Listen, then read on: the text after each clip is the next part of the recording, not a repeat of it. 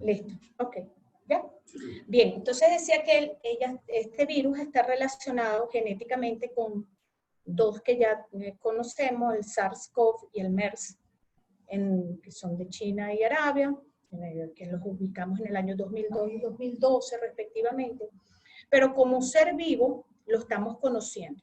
Nace, crece, muta, cambia, y hemos visto que ha tenido un comportamiento diferente en los hemisferios en donde ha estado, en los continentes. Pero la pregunta también ¿es que se ha comportado diferente o es que ahora conocemos más de él y entonces entendemos mejor la presentación, los cuadros clínicos? En cuanto a lo que a la embarazada se refiere, hasta ahora tenemos es el resultado de embarazadas que resolvieron su gestación estando en el tercer trimestre, pero tenemos estudios que están andando sobre embarazadas que adquirieron la enfermedad estando ellas en el primer y segundo trimestre del embarazo. Y de estos resultados vamos a saber más adelante. Por supuesto, las dudas de cómo se va a presentar con la embarazada, qué es lo que está haciendo, ese cuadro inflamatorio trombótico del que se está hablando ahora, del COVID-19, del SARS-CoV-2, también se va a presentar a la embarazada. Todas esas preguntas podemos irlas contestando a lo largo de la conferencia y también lo van a ir contestando los estudios que se estén haciendo. La primera pregunta que siempre me hacían tanto las pacientes, los familiares sobre todo y los colegas, ¿supone la infección por COVID-19 un mayor riesgo para las embarazadas? Bien, el riesgo que tiene la embarazada de adquirir infección por COVID-19 es la misma probabilidad que tenemos todos nosotros de tener la infección. Lo que sucede en la embarazada es que las repercusiones y las complicaciones que se pueden presentar en la embarazada son o pudieran ser más graves que en otros pacientes. Vamos a recordar que la embarazada fisiológicamente entra en un estado protrombótico, es decir, normalmente por los cambios hormonales que se producen en el embarazo, todas las embarazadas somos protrombóticas. Si aunado a ese estado fisiológico, pues hay una enfermedad que condiciona la formación, bien sea por un estado proinflamatorio o por un estado de éstasis sanguíneo, la producción de trombos arteriales o venosos, la probabilidad de complicación de la embarazada es aún mayor. Y en esta área hay unos estudios bien interesantes que se están adelantando de COVID-19 en embarazadas que presenten síndrome antifosfolípidos y trombofilia que estén anticoaguladas. Entonces, estamos adelantándonos en un mundo que lo estamos conociendo cada vez más.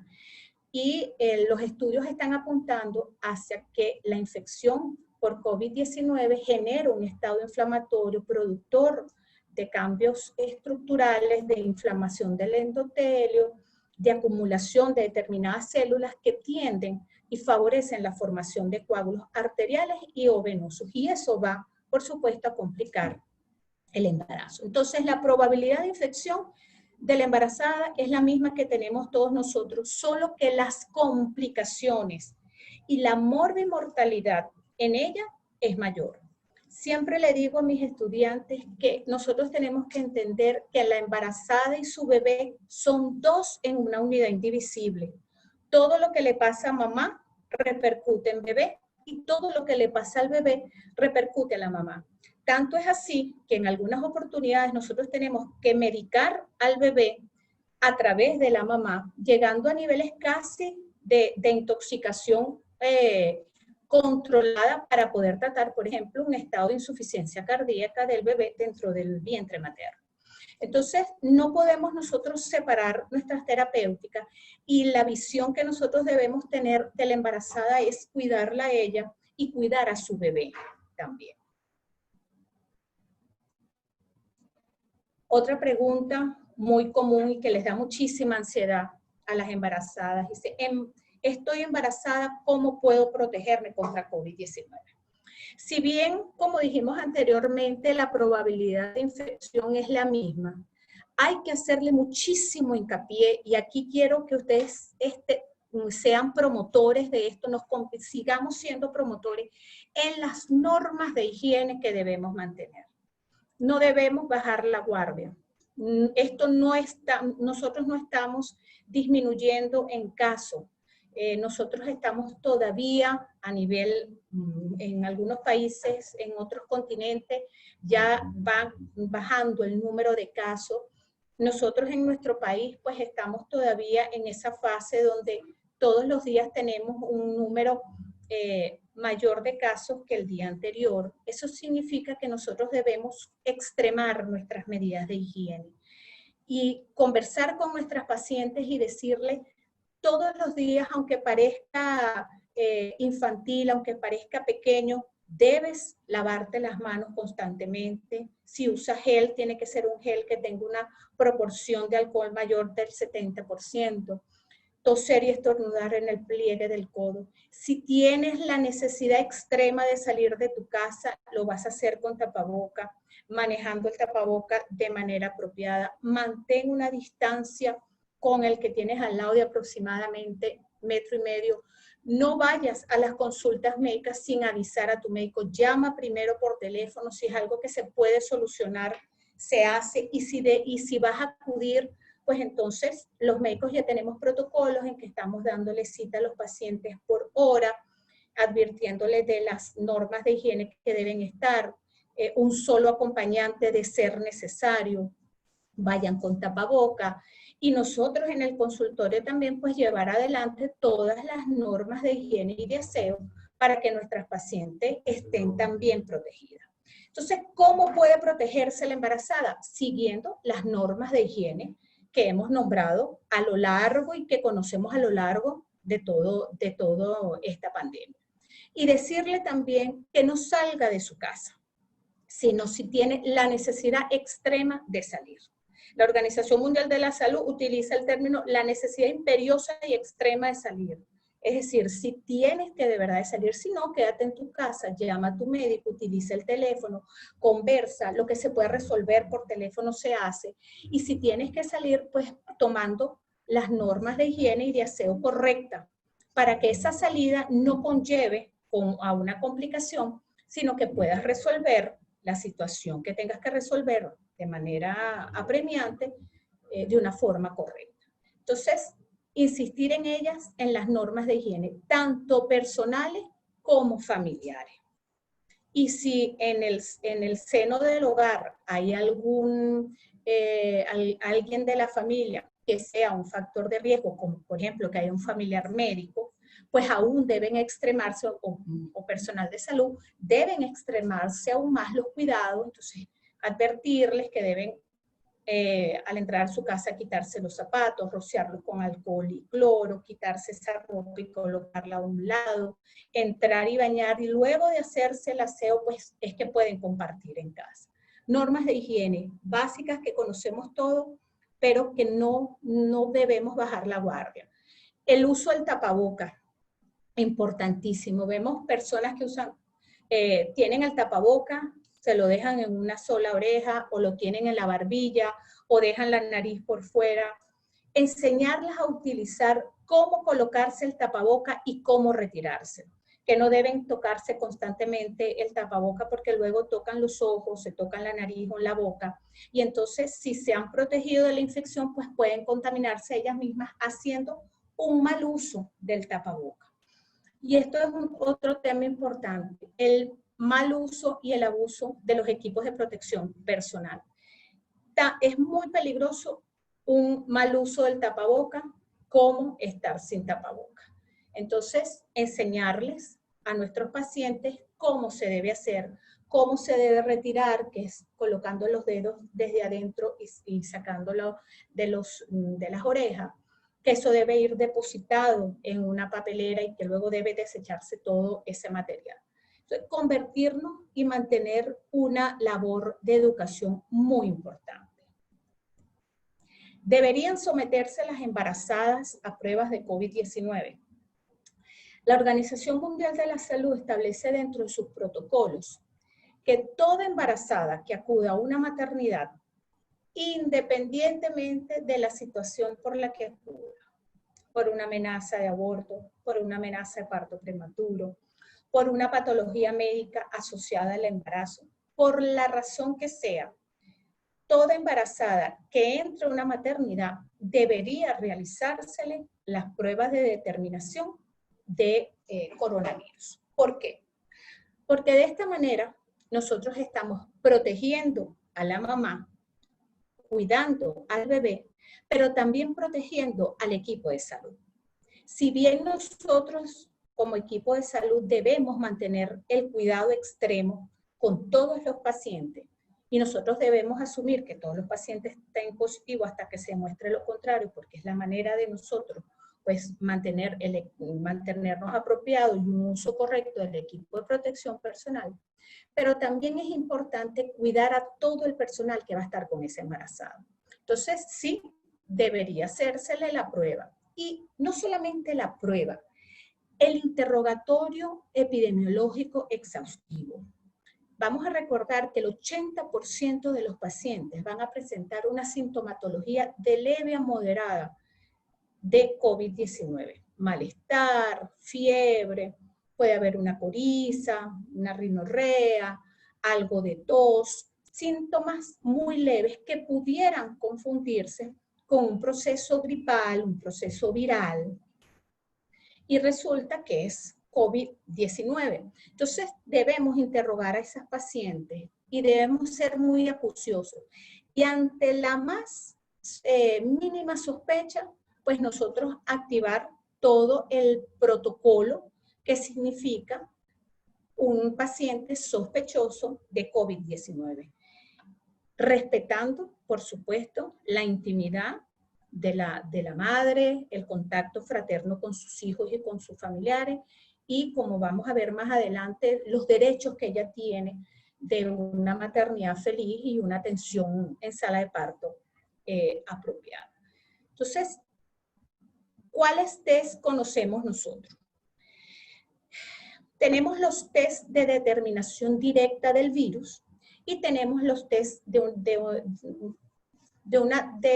la determinación indirecta del virus.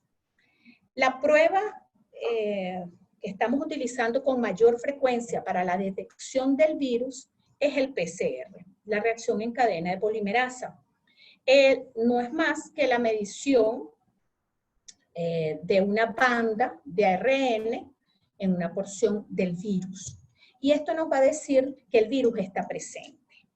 Otra de las pruebas de detección directa es la de cultivo del virus. Pero esta es una prueba que se está utilizando solamente a nivel de investigación y a nivel de estudios de laboratorio. Es una prueba muy específica.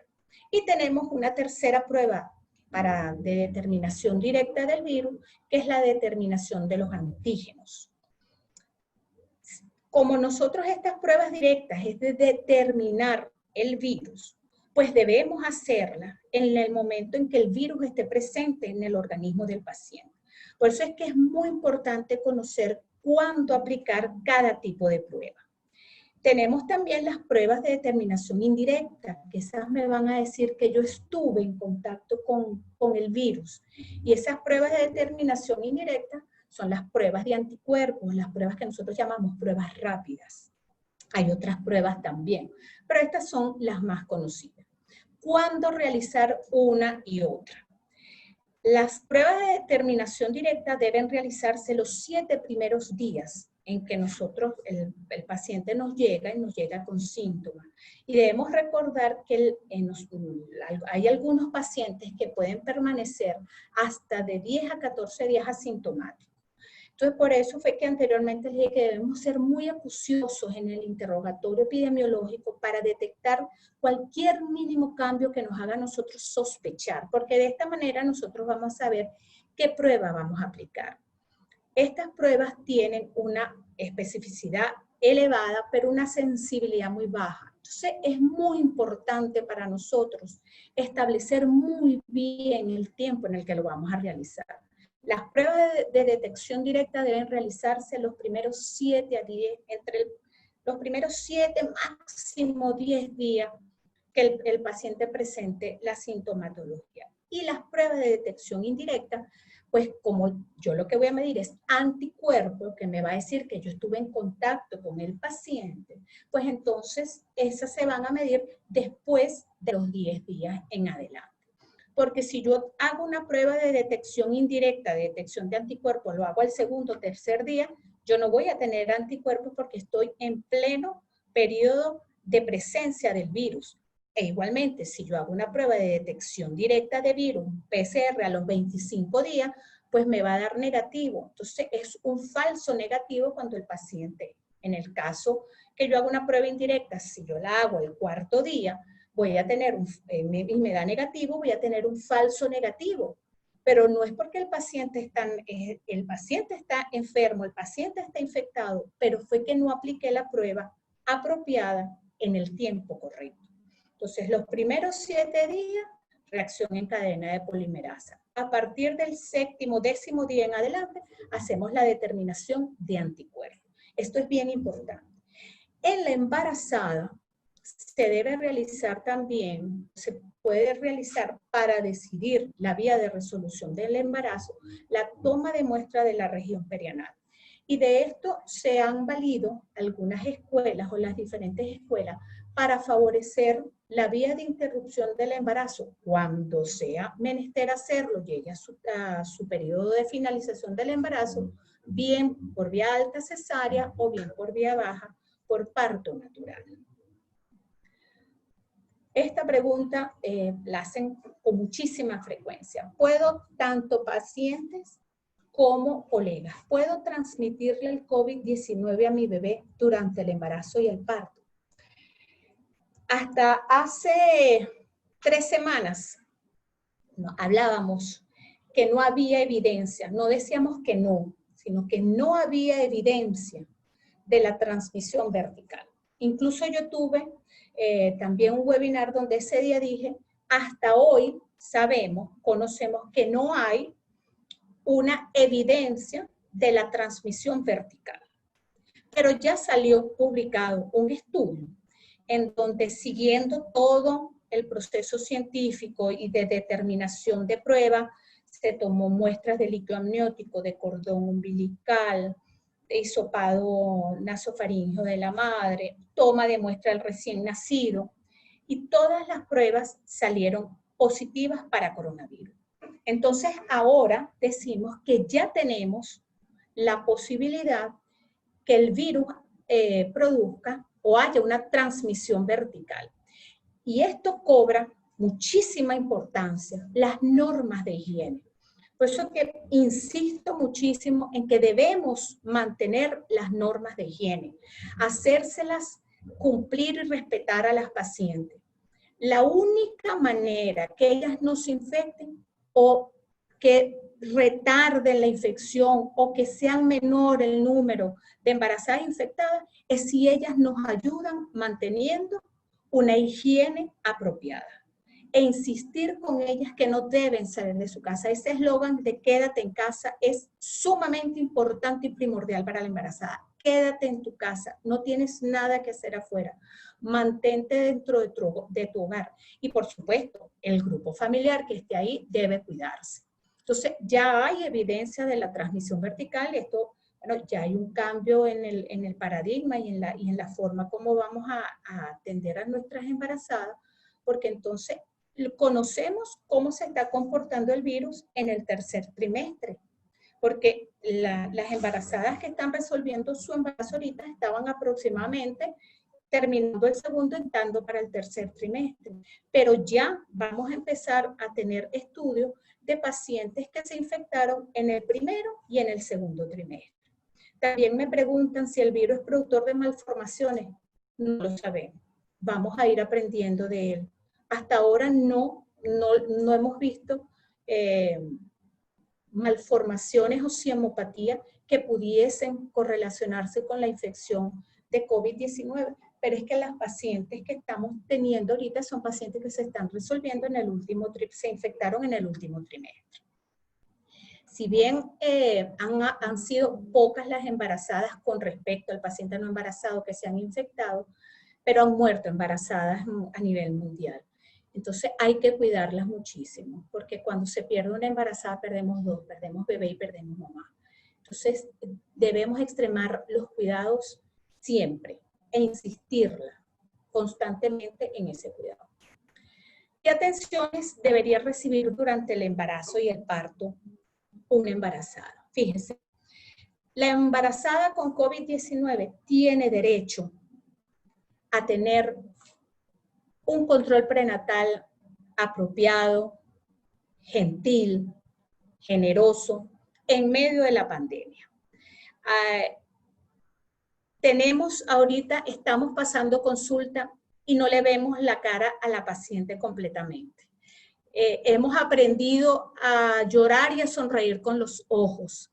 Hemos aprendido a ver a las personas de una manera diferente, porque ahora nos expresamos con un tapaboca y lo que nos queda son los ojos. Y hay mucho miedo de la distancia, que haya una distancia entre el médico y la embarazada por cuestiones de cuidados de ambos. Pues no, si ambos, tanto las pacientes como el médico, seguimos nuestras normas, pues no tiene que haber ningún problema. La embarazada tiene derecho a su control prenatal cuando le toque, a ser examinada apropiadamente, como siempre lo hacen los colegas obstetras, a acudir a una consulta de medicina interna y ser atendida de la mejor manera que nosotros podemos brindarle con nuestro equipo de protección personal, pero que se sienta en una consulta agradada. Debe, ante cualquier duda, llamarnos y asistir a su control prenatal sin miedo ninguno, estableciendo su fecha cuando le toque con su paciente, con su doctor, y si hay alguna eventualidad antes, se les recomienda es que llamen por teléfono para ver si es una situación que se puede solventar con una llamada telefónica y con indicaciones por vía telefónica, o bien si hay la necesidad de que tenga que trasladarse. Pero vamos a hacerlas sentir que están atendidas como lo están haciendo, pero sin mostrarles temor. Cuando uno conoce contra quien lucha, pues uno no es que le pierde el respeto, pero pierde el temor. Y este coronavirus hay que respetarlo, porque él no se va a ir mañana. Nosotros tenemos que aprender a vivir con coronavirus y en coronavirus. Y cada día lo vamos a hacer mejor. Y cada día vamos a establecer mejores conductas. Y cada día vamos a tener mejores protocolos. Pero cada día van a aparecer nueva información de este virus que nosotros tenemos que saber para poder aplicarlas a nuestra paciente. Fíjense, aquí le están haciendo un test de reactividad fetal y ya ambos con su mascarilla y su protección. Otra pregunta importantísima, ¿parto o cesárea? Me lo hace mucho. Carla, ¿qué es mejor, el parto o la cesárea? Como todo, hay las escuelas que defienden el parto vaginal, el parto natural, y otras escuelas que defienden la interrupción por la cesárea. En definitiva, lo que va a privar entre si es parto o cesárea es la decisión consensuada de la madre, su pareja, con su obstetra. ¿Cuál es la vía de resolución? ¿Cuál es lo mejor para ambos? ¿Cómo se siente el obstetra mejor? ¿Cuál es la capacidad de atención de la maternidad en la que yo trabajo? Tengo equipos de protección personal. Mi anestesiólogo tiene el equipo completo por si tiene que intubar, él va a estar protegido. Mis circulantes y mis instrumentistas tienen equipo de protección. Yo tengo todos los equipos suficientes como para ir a un acto quirúrgico, o yo tengo los equipos suficientes también para parto. Las escuelas que defienden la cesárea lo hacen porque hablan que a nivel de la región perianal se ha detectado la presencia del virus. En estudios de cultivos virales se ha detectado la presencia del virus. Y es un área que, aunque se protege, pues es un área que algunas veces puede haber algún contacto del recién nacido. Entonces, las escuelas que defienden la cesárea o la resolución por vía alta plantean esta situación. Las escuelas que defienden el parto vaginal dicen que no debería haber ningún inconveniente por si las técnicas se aplican apropiadamente. Ya ese es un terreno de los obstetras, pero desde el punto de vista médico, la razón de la vía alta o la vía baja de la resolución es la decisión que tenga la pareja con su obstetra y cómo se sienta mejor atendida. No hay necesidad de eximir a una de las dos vías porque una sea mejor que la otra. No, pueden utilizarse ambas, pero eso va a depender de la decisión de la paciente y del médico. Aquí tenemos, esto es una paciente en la que resolvieron con cesárea y, bueno, están todos con su equipo de protección personal. Es muy importante. Nosotros como trabajadores de la salud debemos exigir y nosotros debemos tener nuestro equipo de protección personal completo. Ya hay una resolución muy reciente de la Organización Mundial de la Salud donde nos dice que los médicos debemos utilizar tapabocas, lentes protectores y la máscara facial cuando vayamos a realizar el acto médico. No está de más. Cuando no hay tiempos de pandemia, todas las medidas parecen exageradas, pero una vez que pasa la pandemia, nos damos cuenta que no eran exageradas, más bien nos quedamos cortos. Entonces, vamos a protegernos a nosotros. Si nosotros nos protegemos bien, vamos a ser un factor de contención, pero imagínense un médico que se contamine, pues es más complicado. ¿Puede una mamá con COVID-19 amamantar a su bebé? Aquí hay también controversia entre lo que piensan los pediatras, lo que piensan algunos infectólogos, lo que propone la Organización Mundial de la Salud, la Organización Panamericana de la Salud. La Organización Mundial de la Salud nos dice que, como el ente que nos habla a nosotros, nos dice que una mamá puede sí amamantar a su bebé perfectamente. ¿Por qué? Porque lo puede hacer teniendo las normas de aseo apropiadas. Utilizar tapaboca, lavarse las manos, lavarse muy bien el área de la areola y el pezón, evitar tocarle las manos y la cara al bebé, evitar ella pasarse las manos por los ojos y por la boca. Y en el caso que ella tenga COVID-19, pues ella y su bebé van a mantenerse aislados con controles periódicos del personal de salud sobre ambos.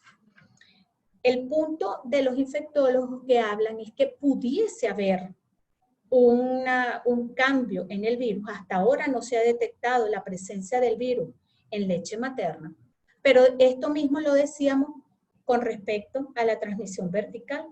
Y la postura de algunos infectólogos que los he escuchado es que no saben cómo se comporta el virus en leche materna y si hay el paso. Pero entonces los pediatras nos dicen, sí, pasa el virus, pero también hay los anticuerpos, hay la protección. Entonces aquí debemos nosotros establecer ese riesgo-beneficio. ¿Puedo amamantar? Hasta ahora la respuesta es sí. Puedes amamantar a tu bebé si tienes COVID-19, pero siguiendo muy, muy de cerca las normas de higiene que te hemos enseñado. Esta es una mamá, la mamá que vimos en la región anterior, inmediatamente que se resolvió el embarazo, apego precoz, piel con piel, bebé para alojamiento conjunto con su mamá. Esto es lo que nosotros buscamos, esto es lo que nosotros siempre queremos, mamá y bebé sanos y felices. ¿Puedo cargar a mi bebé recién nacido si tengo COVID-19? Aplica igual que con la lactancia materna. Si tengo las normas de higiene apropiadas, uso mi tapaboca, me pongo mi mascarilla, utilizo guante, me mantengo sin tocarle la cara y sin tocarle las manos, puedo cargar a mi bebé. Si yo veo que no soy capaz o no sé cómo moverme con todo, porque hay pacientes que le han dicho, doctora, yo no me sé mover con todas estas cosas, pues entonces es preferible que no lo cargue. Pero cargar al bebé y dar lactancia materna van de la mano. Si sigues tus normas de higiene correctamente, no tendría por qué haber ningún inconveniente. Lo que nosotros promovemos es que mamá y bebé estén presentes, pero por supuesto siguiendo las normas de aseo. Tengo COVID-19 y estoy demasiado enferma para amamantar a mi bebé. ¿Qué puedo hacer? Lo primero que te puedo decir es que no hay necesidad de retirarle, de darle leches maternizadas o leches diferentes a la tuya al bebé. Si una mamá está severamente enferma, como han reportado en otros casos, se puede ordeñar a la mamá, se pueden extraer con tiraleches manuales o unos tiraleches eléctricos. Y esa leche, bien si es calostro o si es una leche más madura, pues va a estar cargada de todos los anticuerpos y se le pueden proporcionar al bebé. La lactancia materna es maravillosa y es perfecta. Ella se adapta al producto de la gestación. Si el bebé es un prematuro, todos sus componentes se adaptan para un prematuro. Si el bebé es un bebé maduro, todos sus componentes de proteínas, grasas y carbohidratos están adaptadas para un bebé maduro. Si es un posmaduro, pues también. Si la mamá ha tenido contacto con COVID, con citomegalovirus, con Epstein-Barr, con toda esa carga de anticuerpos va a proporcionárselo la lactancia. Entonces, lo que se promueve es que se le ordeñe a la mamá, se tome la leche y se le dé al bebé. No es retirarle la lactancia. Eso es lo último que nosotros quisiéramos hacer. Para algunos bebés que están en retén, cuando sus mamás están enfermas, pues fueron diseñadas estas mascarillas y lo usan el personal de salud, les da el biberón y protegiéndolo al bebé también. Entonces, siempre hay manera de atender la lactancia al bebé, siempre hay manera de proporcionarle lactancia materna exclusiva al bebé. Soy una defensora de la lactancia materna, creo en ella,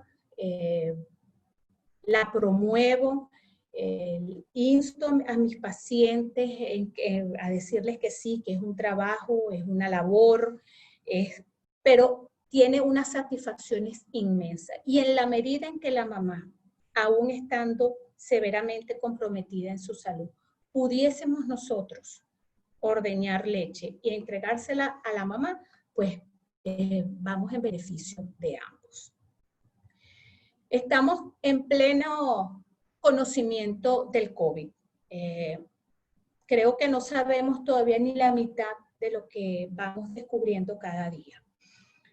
Los tratamientos, que también es algo que me preguntan muchísimo, el tratamiento de COVID, no tenemos una pastilla, una tableta, una ampolla de un medicamento que nosotros digamos específicamente sirve para COVID-19. Hasta ahora, lo que tiene basamento, mayor basamento es el uso del Remdesivir, que es un medicamento que se utilizó en ébola y para los pacientes con HIV, es un profármaco, es un agonista nucleótido, y es lo que se ha visto que pueda utilizarse con un acortamiento del periodo de enfermedad de COVID-19.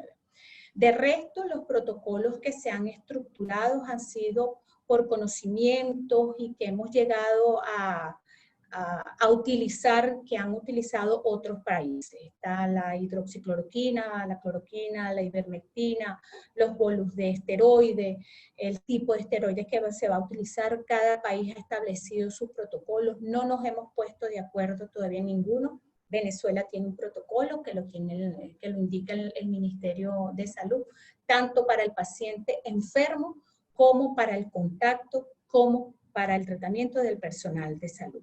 Lo importante de todo esto es conocer el paciente, encontrar el paciente, sobre todo en aquel paciente que es oligosintomático, el que tiene poquitos síntomas, no el que viene florido, no el que viene con fiebre, tos, dificultad para respirar. Ese paciente distinto, diferente, que nosotros sospechemos, ante cualquier sospecha, si nosotros estamos interrogando a un paciente, me decía mi profesor de clínica, que creo que está conectado, si usted lo piensa, búsquelo. Si tienes cómo diagnosticarlo y lo pensaste, búscalo, hazlo. Es preferible en este caso hacer una prueba y que salga negativa a no haber hecho la prueba y la paciente esté positiva. No me queda sino darle las gracias por haberme escuchado. He visto a lo largo de todo esto gente muy querida que se ha conectado. Douglas me dice que ahora vamos a ir al ciclo de preguntas. Estoy absolutamente, completamente a sus órdenes. Y bueno, vamos a la sección de preguntas. Por el chat. Puede ser por aquí en vivo, exacto, me dice Douglas que puede ser por aquí en vivo y puede ser también por el chat de los grupos de WhatsApp que abrimos para este fin y pueden hacer sus preguntas por ahí.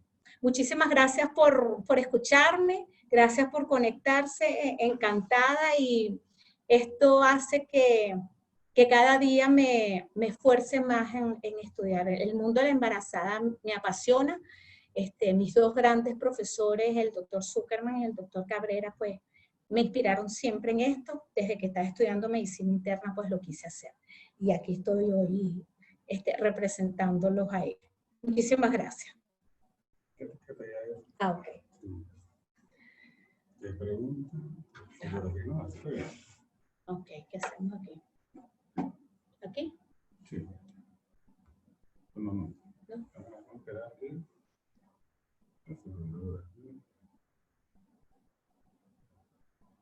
Yo creo que por aquí hay, no hay aquí. No, el chat. El chat, ok. Ok. ¿Ah? Ok. Douglas está abriendo el chat. Ok. Felicitaciones, excelente, saludos, abrazo, Carlos. Gracias. Gracias. Qué bueno. ¿Cuál es el protocolo? Una pregunta, ¿el Remdesivir se puede usar en el primer trimestre del embarazo? Fíjate, no, hasta ahora no se ha utilizado en embarazadas. En el caso que haya que utilizarlo, pues hay que ver las condiciones en que esté la paciente. Si es una paciente con sintomatología leve a moderada o es una paciente con una sintomatología severa. Todo eso va a depender del tipo de paciente, de la clínica que nuestra paciente presente. Si es una paciente pues complicada, pues se decidirá. Y eso no es solo no es una decisión de una sola persona. Eso es un grupo, porque recuerden que estamos con la vida de mamá y bebé. Entonces, la respuesta sería, dependiendo de la sintomatología que presente la mamá, se utilizará o no. Nosotros aquí en Venezuela no lo tenemos, pero bueno, sería útil que pudiéramos contar con ese medicamento. Se indica cesárea para evitar transmisión, pero si la paciente presenta dificultad respiratoria, de igual manera se sigue la indicación. Habría que evaluar el estado en que la paciente llega al momento en que va a resolverse el embarazo. Si es una paciente severamente enferma, complicada, con dificultad para respirar, probablemente esa paciente va a ir a una anestesia general, entonces la paciente se va a intubar, ¿ok? Pero todo va a depender también de la clínica que la paciente presente. ¿Cuál es el protocolo del tratamiento venezolano? Nosotros aquí tenemos, ha ido variando a lo largo, a medida que se ha ido sucediendo las semanas cuarentena, pero tenemos la hidroxicloroquina y el uso de antibióticos como la acitromicina. El uso de otros tipos de drogas están especificados a qué paciente se le va a utilizar, porque hay pacientes muy específicos, pacientes con enfermedad retroviral, pacientes con lesiones renales, pacientes con infecciones o con deterioro del estado neurológico, y hay unas indicaciones específicas, pero básicamente es la hidroxicloroquina y acitromicina. ¿Cómo podemos presionar a las autoridades de las clínicas privadas para que eduquen a su personal, otorguen tapabocas, mascarillas, guantes? Bueno, nosotros debemos convertirnos en multiplicadores de la información. Yo creo que si todos, cuando veamos que no se está haciendo algo bien en nuestra casa de trabajo, en nuestros centros públicos y privados, ambos, pues uno puede dirigirse a quien esté en ese momento coordinando y decir, hasta ahora nosotros hemos visto en las clínicas, aquí en Valencia tienen los protocolos establecidos, uno llega a las clínicas y ve que los residentes están con tapaboca, el personal de enfermería, y el que no lo esté, pues hacerle un llamado de atención cortés, invitarlo a que use el tapaboca y explicarle el porqué de la necesidad de utilizar el equipo de protección personal. No es una moda, no es un fastidio, es una necesidad y hay que aprender a vivir con esto, el tiempo que esto dure. La charla quedó grabada. ¿Puedo acceder a esta información? Sí, la charla, por eso paramos al principio, paramos un ratito, pero sí, la charla quedó grabada. Leamos el link. Y el link se les va a pasar a ustedes después. ¿Dónde se realizan las pruebas? Si tenemos una paciente oligosintomática, ¿a dónde referimos? Las pruebas las realiza el Ministerio de Salud. Aquí en Venezuela es el Ministerio del Poder Popular para la Salud. Si usted tiene alguna paciente oligosintomática o sintomática, se llama epidemiología regional. Ellos toman su número de teléfono, su información y le dicen a dónde deben dirigirse, a qué centro deben dirigirse para que le hagan la prueba. Vamos a recordar que lo importante es los días en que se hagan las pruebas. Los primeros 7 días buscamos pescar al virus, hacemos detección de virus. Y después de los 10 días buscamos es la producción del anticuerpo. Es bien importante el periodo de tiempo en que lo vayamos a realizar. Si yo hago una prueba de detección de anticuerpos al segundo día de sentirme mal, me va a dar negativa, pero es un falso negativo. La prueba no está mala, lo que pasa es que fue mal aplicada porque no fue hecho en el día que le toca. Si yo hago una prueba de detección de anticuerpos a los 15 días, si me da positivo es positivo, si me da negativa es negativa. ¿Ok? Ahora, la prueba de PCR, si la hago a los 20 días, me va a dar negativa porque ya yo no tengo virus presente, lo que tengo es el anticuerpo ya presente. Entonces, esta detección de virus yo lo debo hacer los primeros 7 días. Las pruebas las hace el Ministerio de Salud. Aquí en Carabobo, nosotros nos comunicamos con Epidemiología Regional y ellos luego hacen el estudio del caso y hacen la prueba que ellos consideren pertinente. ¿Cuándo es el momento de empezar con la heparina de bajo peso molecular? Uy, entramos en el territorio apasionante. Si es una paciente que tiene antifosfolípido o trombofilia y está utilizando heparina de bajo peso molecular, no se le debe retirar. Si es una paciente y tiene COVID-19, por supuesto. Si es una paciente no embarazada que tiene COVID-19, si no hay sintomatología severa, no se debería utilizar la heparina de bajo peso molecular. ¿Okay? El 80% de los pacientes van a cursar con síntomas leves o moderados. Pero la heparina de bajo peso molecular tiene indicación en los casos severos, en los casos donde haya un compromiso importante. Se están utilizando la heparina de bajo peso molecular. En el caso de las embarazadas, si no están utilizando heparina de bajo peso molecular y está comprometida su salud, debe iniciarse la heparina de bajo peso molecular.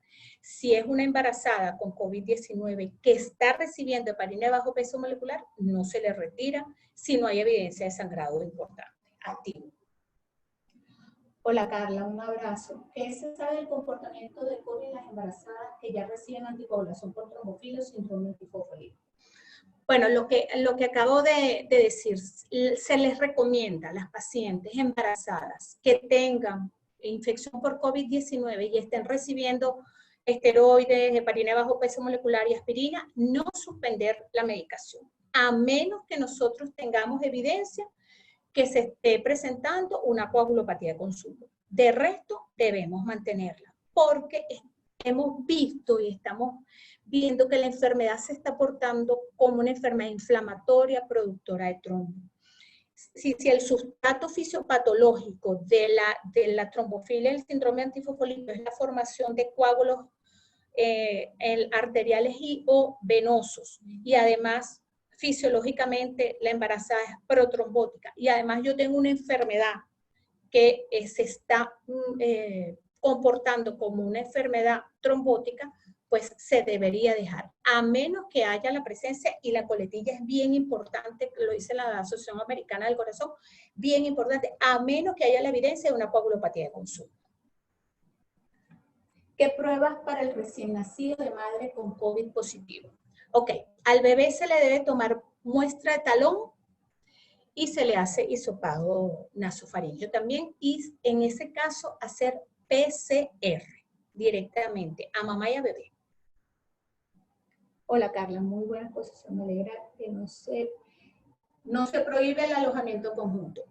No debería prohibirse si nosotros tenemos una institución donde podamos fomentar el alojamiento conjunto, el apego precoz, la lactancia materna inmediatamente, pero por supuesto todo va que nuestro personal esté preparado y entrenado para eso. Si la mamá con COVID-19 sigue apropiadamente las normas de aseo, puede amamantar y cargar a su bebé. Que hay de cierto que la vacuna a veces ha favorecido la no proliferación de virus COVID. No hay una evidencia científica establecida, clara, rotunda, que nos hable sobre eso, porque hay países donde se coloca la BCG que han tenido una cantidad de casos importantes de COVID. ¿Cuáles son los cambios hematológicos más frecuentes en la embarazada con COVID-19 positivo? Muy poco es lo que se sabe de las embarazadas, y hay estudios importantes, tanto nacionales como internacionales, al respecto. Lo que sabemos es que la embarazada fisiológicamente es protrombótica, y esta enfermedad lleva consigo un proceso inflamatorio de activación de la cascada inflamatoria de citoquina, y ella se comporta como una enfermedad inflamatoria productora de trombo. Pero los cambios hematológicos que se van a presentar son los propios de la embarazada. No tenemos todavía números para indicar que hay cambios específicos por COVID. Pues lo que se presenta en los pacientes es una leucopenia, con una linfocitosis, con una trombocitopenia importante, con alteración de ferritina y del dímero D. La hidroxicloroquina no posee efectos secundarios en las pacientes embarazadas. En las embarazadas y en las no embarazadas, sobre todo los más importantes son los cambios que se hacen a nivel del electrocardiograma, y es proarrítmica. Entonces, hay que tener mucho cuidado. Nosotros utilizamos hidroxicloroquina en las pacientes con malaria, lo hacemos en conjunto con epidemiología, y no hemos tenido ningún inconveniente, pero cada 48 horas se hace una evaluación electrocardiográfica de nuestro paciente y se monitoriza muy de cerca el ritmo cardíaco y la frecuencia cardíaca de nuestra paciente. ¿La citromicina se puede usar en los contactos asintomáticos? No, en los asintomáticos hay otro protocolo, depende también de cada uno de los hospitales. No podemos decirles tengan en sus casas una batería de medicamentos, porque no debería ser. En el momento en que nosotros nos convirtamos en un contacto positivo o de un paciente sospechoso, pues en ese momento nos darán a nosotros el protocolo para caso sospechoso de personal sanitario. El uso de la bromexina y la ivermectina en la embarazada. Okay. Sí, la bromexina la podemos utilizar, la ivermectina deberíamos no utilizarla, pero en el momento en que nosotros tengamos enfrente a nuestra embarazada, de acuerdo a su situación leve, moderada o crítica, pues en ese momento es que se va a hacer la indicación. Ningún medicamento, o hay muy pocos medicamentos que son categoría A en la embarazada. El hierro, el ácido fólico y el resto de los medicamentos son categoría B, categoría C. Casi todos los medicamentos, pues, hay efectos colaterales, unos más, otros menos. La hermosura de placenta que está en el embarazo, pues protege muchísimo al bebé y deja pasar lo que tiene que dejar de pasar y filtra algunas cosas. Pero la citromicina sí se puede utilizar, la bromexina también se puede utilizar. La ivermectina no deberíamos, o con muchísimo cuidado. Buenas tardes, excelente. Una hora. La hidroxicloroquina produce alargamiento del gluten. Si la paciente presenta cardiopatía de base, se utilizaría, o cardiopatía periparto. Si la paciente tiene arritmia o tiene una cardiopatía proarrítmica, no debería utilizarse la hidroxicloroquina, porque es un agente proarrítmico. Entonces estaríamos nosotros agravando. En ese caso tenemos alternativas para el tratamiento. Se recomienda usar más la citromicina que la hidroxicloroquina en el primer trimestre, aunque sea en clase D. Lo que pasa es que la hidroxicloroquina es un medicamento que lo maneja epidemiología. No es un medicamento de uso libre. En cambio, la citromicina es un medicamento que se puede adquirir con récipe. Pero si hay necesidad de utilizarlo en el primer trimestre, se utiliza. Están contraindicados los procedimientos invasivos. Si la paciente está trombocitopénica, sí. Pero de resto, si tú tienes una embarazada con unas plaquetas por encima de 100.000 y sus tiempos de coagulación están apropiados, pues se pueden realizar los procedimientos invasivos que estén indicados en ella. Una prueba negativa para COVID-19 de sospecha que fue falsa negativa. Una prueba negativa para COVID-19 que de sospecha que fue falsa negativa. ¿Es conveniente otra prueba rápida?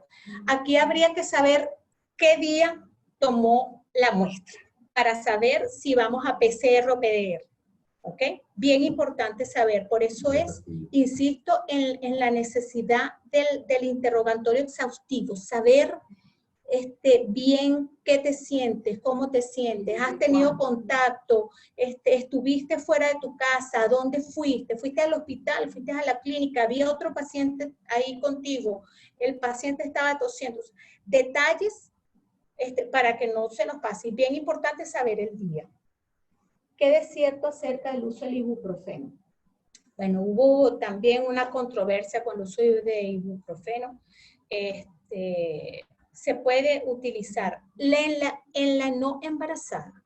En la embarazada no podemos utilizar ibuprofeno ni unos AINES diferentes al acetaminofén porque son productores de oligoamida. En la embarazada solamente acetaminofén. En las no embarazadas, pues sí podemos utilizar otros tipos de AINES. Si es una embarazada y ella solo es un contacto con COVID-19, esto indica la citromicina de manera profiláctica. Si ella es contacto de un paciente positivo y es a ella se le va a hacer la prueba de determinación. Y hay escuelas que hablan de darle la citromicina, indicarle la citromicina profiláctica. Hay otras escuelas que dicen que debería esperar saber el resultado de la prueba para medicar. El embarazo es una condición protrombótica y la infección por COVID-19 también.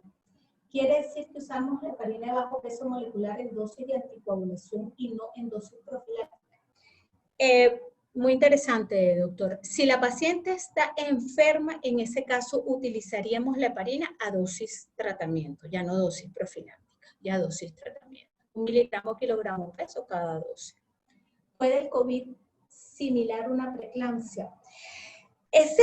Nos hemos hecho esa pregunta, si puede una eclampsia o una preeclampsia, y en este momento he aprendido de los obstetras que ante cualquier comportamiento diferente de una embarazada que venía siendo controlada y de repente haga un cambio abrupto en su control, debe sospecharse COVID-19. No perdemos nada, al contrario, ganamos muchísimo. Preferimos ir de más. Le hice la prueba, bueno, salió negativa, ok, ya sé que no lo es, porque estamos aprendiendo el virus, estamos aprendiendo de él y con él, como dije al principio. No lo sabemos todo. De otros virus sabemos cómo se comportan en el primer trimestre, qué puede pasar en el segundo, si hay calcificaciones, qué puede pasar en el tercero, la ley del todo nada, pero de este estamos aprendiendo. Apenas estamos aprendiendo. Y sí, ante cualquier cambio no esperado en nuestra paciente, es preferible sospechar COVID-19. ¿Se puede evaluar cambio en el parénquima pulmonar del feto en gestante con COVID-19? Ahí sí tendremos que hablarle a los perinatólogos, no sabría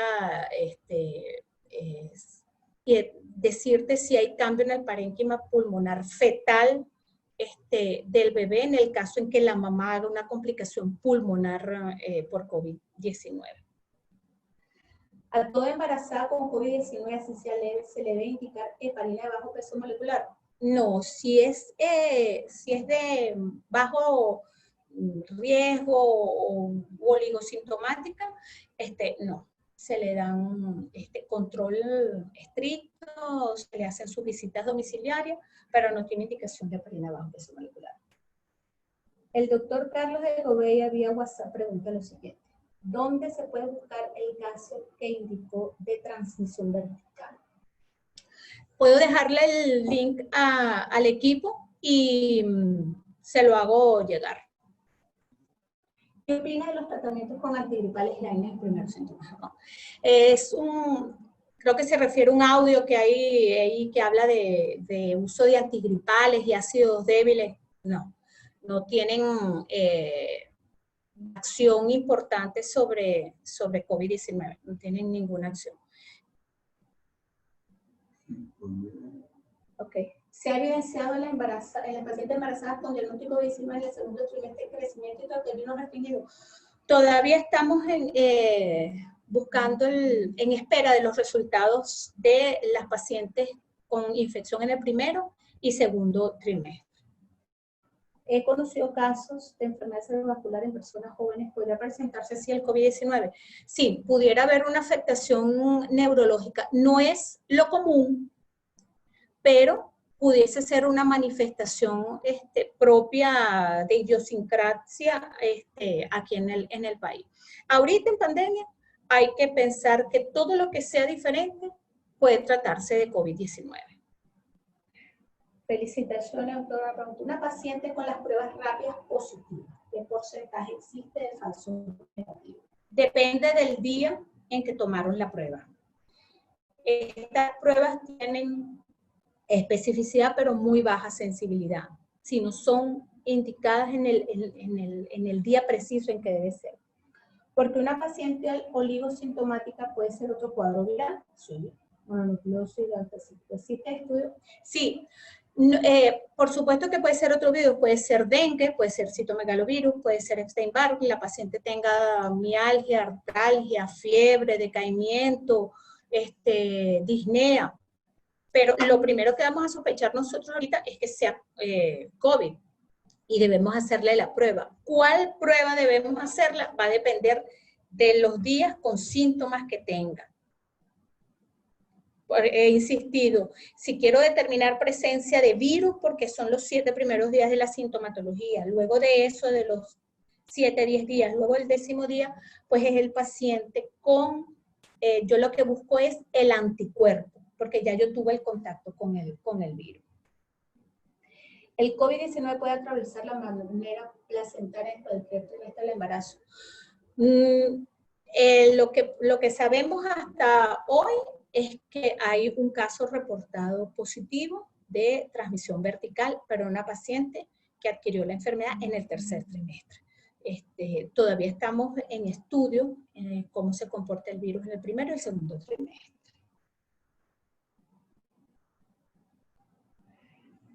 ¿Dónde puedo hacer? Okay. Hola, buenas tardes. Okay.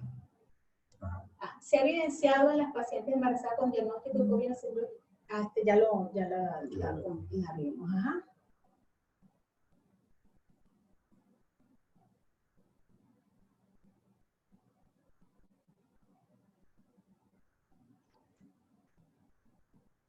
La pregunta en dónde lo pueden volver a ver, el laboratorio me indica que les van a pasar el link por el grupo de WhatsApp. Sí. ¿Y la pregunta de aquí? Sí. Vamos a ver.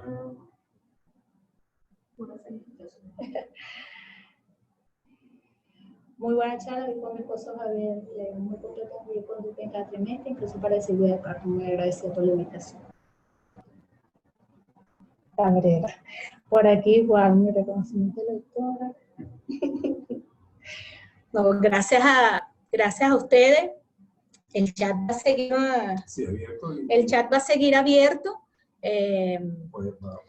Pueden contestar y si se cierra el chat, estoy a la orden por mi teléfono, estoy ahí en ambos grupos. Con muchísimo gusto los puedo atender. Y como siempre le digo a mis estudiantes, cuando tenga la respuesta se la doy. Si no la tengo, la busco y compartimos la respuesta. Esto ha sido un reto y un honor. Aquí hay especialistas, bueno, grandísimos y bueno, esto es importante saberlo a ustedes cerca. Seguimos a la orden. Cualquier cosa, pues tienen mi número de teléfono en el grupo, nos podemos comunicar y bueno, siempre seguimos en contacto. Claro, sí. ¿Sí? Claro, sí. Bueno, muchísimas gracias a todos los que pudieron conectarse y seguimos a la orden. Cuídense, cuidemos a nuestras pacientes, las embarazadas son maravillosas. Todo el resultado que uno tiene con ellas siempre es positivo y es generoso. Muchísimas gracias a ustedes.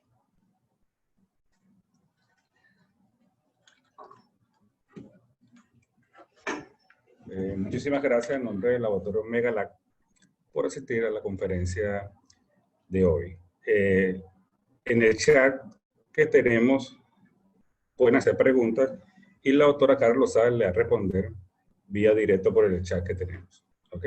Bueno, que pasen feliz noche. Hasta luego.